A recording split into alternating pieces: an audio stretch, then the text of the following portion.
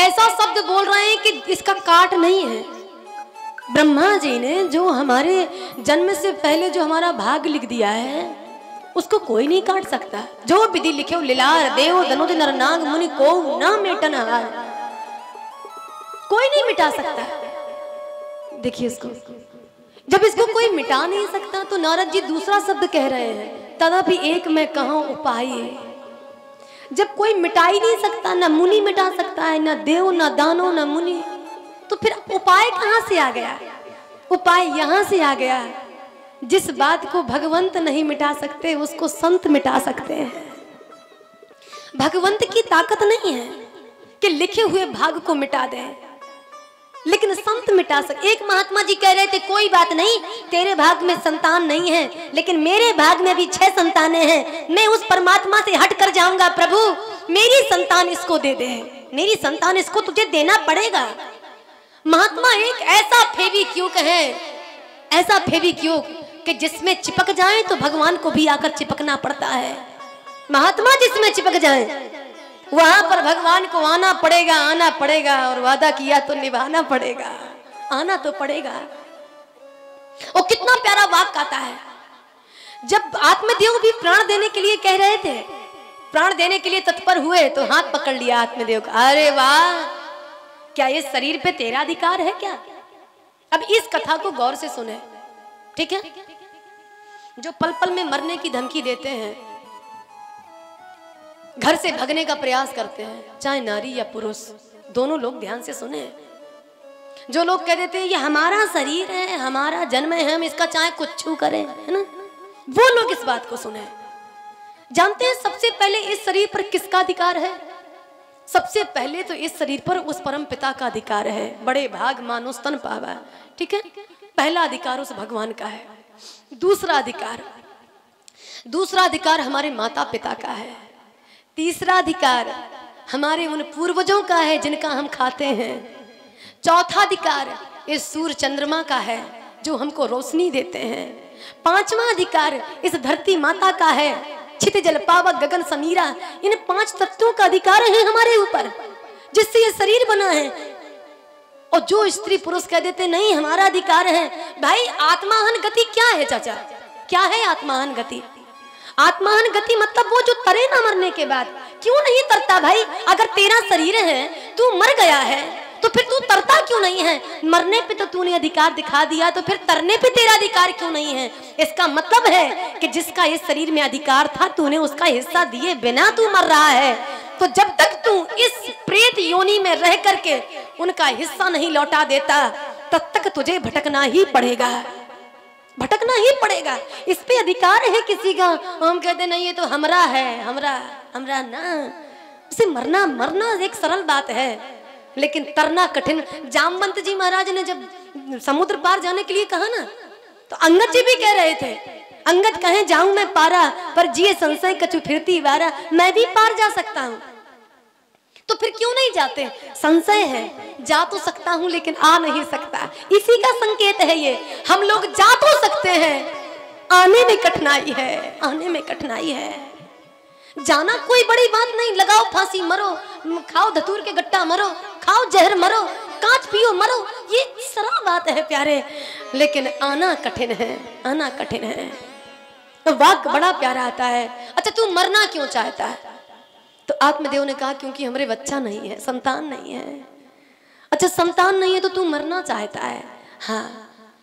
किम रविवर से दुखे पूर्व पापेन संचिता। मैं क्या वर्णन करूं, मेरे पूर्व के पाप आज मुझे दुख दे रहे हैं, मुझे पीड़ा दे रहे हैं। आत्मदेव की बात सुनकर महात्मा जी ने कहा तो फिर जरा मैं तेरे पूर्व के पाप देख तो लूं। तू आखिरकार मरना चाहता है, तेरे संतान नहीं है, तो तू पाप कौन से करके आया है? और जैसे ही आंख बंद करके उन्होंने देखा तो तुरंत जान गए, आहा तेरे इस जन्म में मरने से क्या होगा, इस जन्म में भी मर, और अगले जब जन्म तेरे 6 जन्म और हो जाएंगे उसमें भी तेरे संतान नहीं है। इस जन्म में मरने भर से क्या होगा भाई? 7 जन्मों तक मैं देख रहा हूँ, 7 जन्मों तक तेरे संतान नहीं है। अब तो बेचारा धीरज खो बैठा, धीरज खो बैठा। इसीलिए कहते हैं किसी को हाथ नहीं दिखाना चाहिए। अब वो बता देगा कल तेरी ट्रक से मौत होने वाली, क्या करेगा? क्या करेगा वो? इसके चक्कर में ना रहा करो कि हमारा कोई हाथ देख के बता दे कि। और एक बात और कहें भैया, यहाँ पे हम लोग आए हैं तो इतनी बड़ी भीड़ नहीं लगेगी, और पता चल जाए कोई हाथ देखने वाला आया है बहुत जानता है, बहुत जानता। फिर देखो गुगौरा में एक आदमी बचे, एक न आदमी न माताएं, सब हमरा तनी भाग देखो का लिखा है हमरे हाथ में। और यहाँ पर आया है वाक्य, तुम्हारे संतान नहीं है 7 जन्मों तक। और वाक्य कितना प्यारा आता है, आत्मदेव जब धीरज खो बैठे, अब तो महाराज अब तो जीने का कोई उपाय ही नहीं। अभी तो मैं केवल इसी जन्म के बारे में जानता था, अब 7 जन्मों तक मेरे संतान नहीं है। तो ऐसा करूं, मैं 7 जन्म काट सकता हूं। कैसे? 7 जन्मों तक जब जब मुझे शरीर मिलेगा तब तक मैं सुसाइड कर लूंगा, मैं मर जाऊंगा, तो जल्दी जल्दी पार हो जाऊंगा। आहा, अब तो महात्मा जी को लगा कि ये धीरज खो बैठा है, धीरज खो बैठा है। उस समय उन्होंने एक फल दिया, देखना विधि के विधान को काट दिया, 7 जन्मों के पाप को काट दिया महात्मा जी ने, 7 जन्मों के। चल चल जाने दे, मैं तेरे 7 जन्मों के पाप भस्म करता हूं। अब इसमें मैं आपको एक संकेत दे दूं, सब लोग ध्यान देकर सुने। गुरु मंत्र देने का अधिकारी कौन और गुरु मंत्र लेने का अधिकारी कौन? गुरु मंत्र देने का अधिकारी वो जिसके अंदर बहुत तपस्या है, बहुत तपस्या की है। गुरु जब भी अपने शिष्य को मंत्र दे तो ये सोच करके दे कि आज से इसके सारे पाप सारे पुण्य का लेखा जोखा मेरे पास है, भगवान के पास नहीं है। जब ये मर करके जाएगा तो इसके पाप और पुण्य का साक्षी मैं होऊंगा, मैं। और इसके पाप मुझे भ्रष्ट भी कर सकते हैं, नष्ट भी कर सकते हैं। लेकिन आज गुरु बिना सोचे समझे जब मंत्र दे देते हैं, यही कारण है कि अधिकांश महात्मा भगवान का भजन करने के बावजूद भी बड़े तकलीफ में रहते हैं, बहुत तकलीफ में। उन्होंने हमें मंत्र दे दिया, हम दिन रात पाप में लगे रहेंगे, हमारा पाप वहां जा रहा है, वहां जा रहा है। इसी प्रकार शिष्य को सोचना चाहिए, जिस गुरु से मैं मंत्र ले रहा हूं, अगर मैं अब एक भी गलती करूंगा, एक भी पाप करूंगा, मेरे गुरु को भोगना पड़ेगा।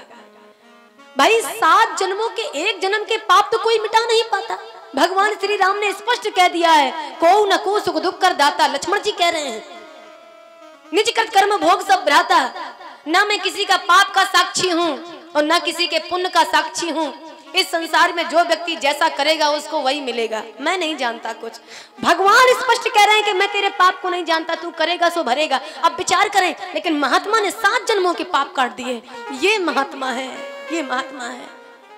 एक फल दिया, जा अपनी पत्नी को खिला देना, 9वें महीने उसके बड़ा सुंदर बेटा होगा।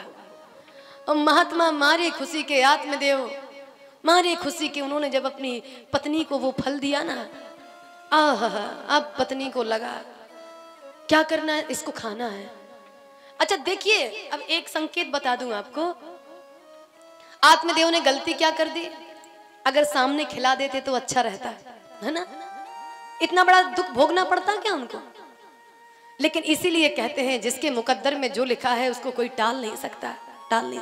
सामने नहीं खिलाया, अच्छा सामने इसलिए नहीं खिलाया कि संतान की तड़प पुरुष से ज्यादा स्त्री को होती है, पुरुष से कहीं ज्यादा स्त्री को, तो ये तो खा ही लेगी ना। लेकिन वो फल को लेकर